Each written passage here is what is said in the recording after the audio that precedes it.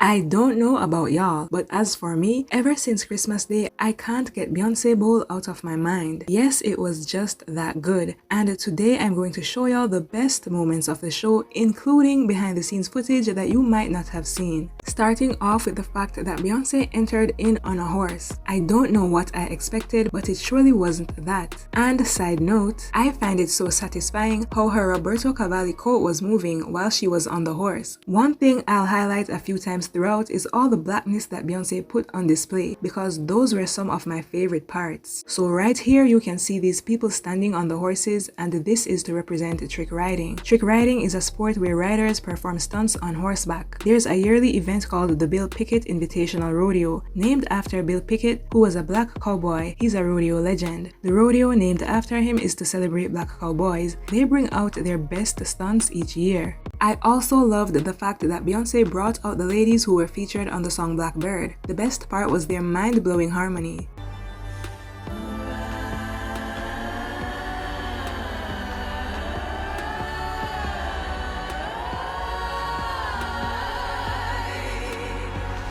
And of course, I have to highlight Yaya because it was such a high energy performance. I find myself randomly doing the shooting gesture, which happened to be in sync with fireworks, by the way.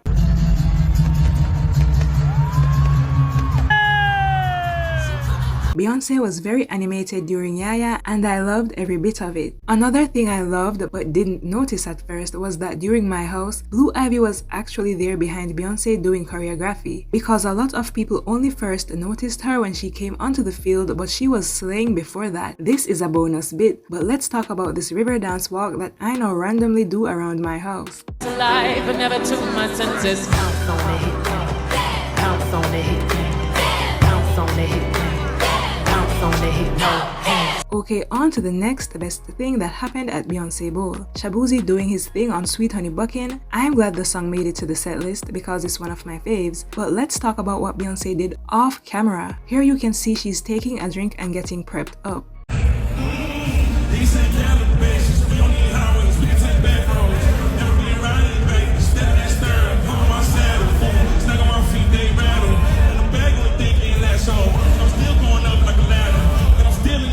And then she slides right back into one of the highlights of the show, which is the bucking choreography that had everyone recreating it on TikTok.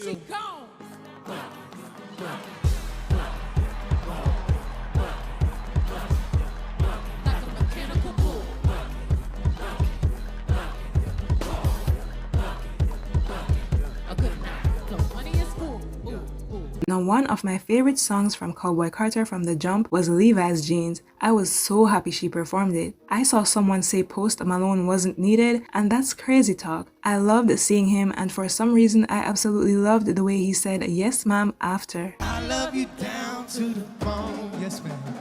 Another thing I loved was the elephant in the room, the band. Beyoncé had Texas Southern University's Ocean of Soul marching band, and they brought all the energy and vibes. The Texans cheerleaders were eating as well. Then for more off-camera action, some of y'all may not have seen that Beyoncé had to run to the car after Levi's Jeans in preparation for Jolene.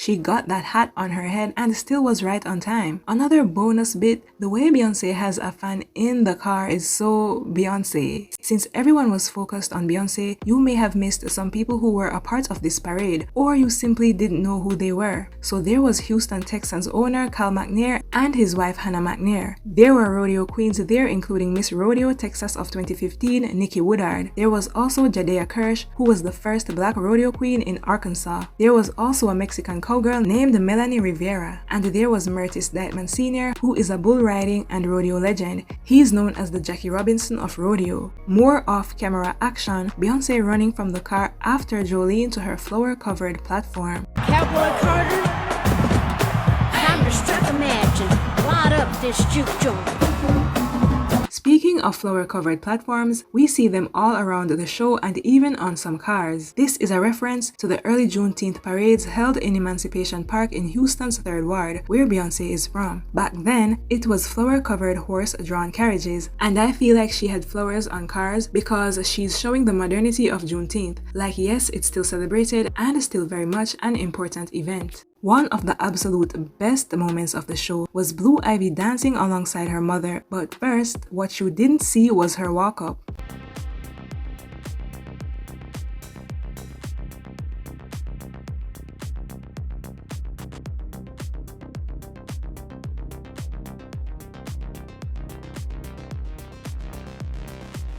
It's giving very much runway, and now here's the highlight. Blue Ivy and Beyoncé slaying side by side.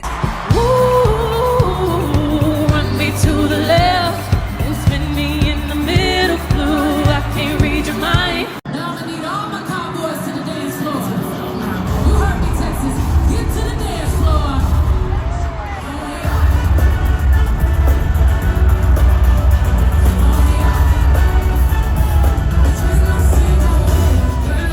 But Blue wasn't done yet. While her mother was gearing up to hit some high notes, she was busy hitting some high kicks. And the part that left us all gagged, Beyoncé ascending into the sky while her vocals were equally as sky high.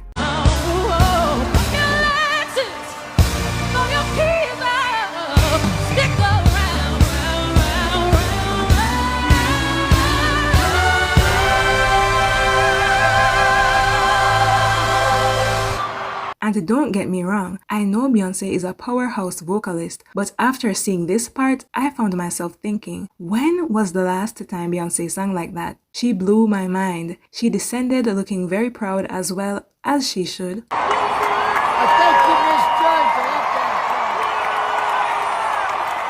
And afterwards, she was even crying. I know some of y'all probably shed a tear too.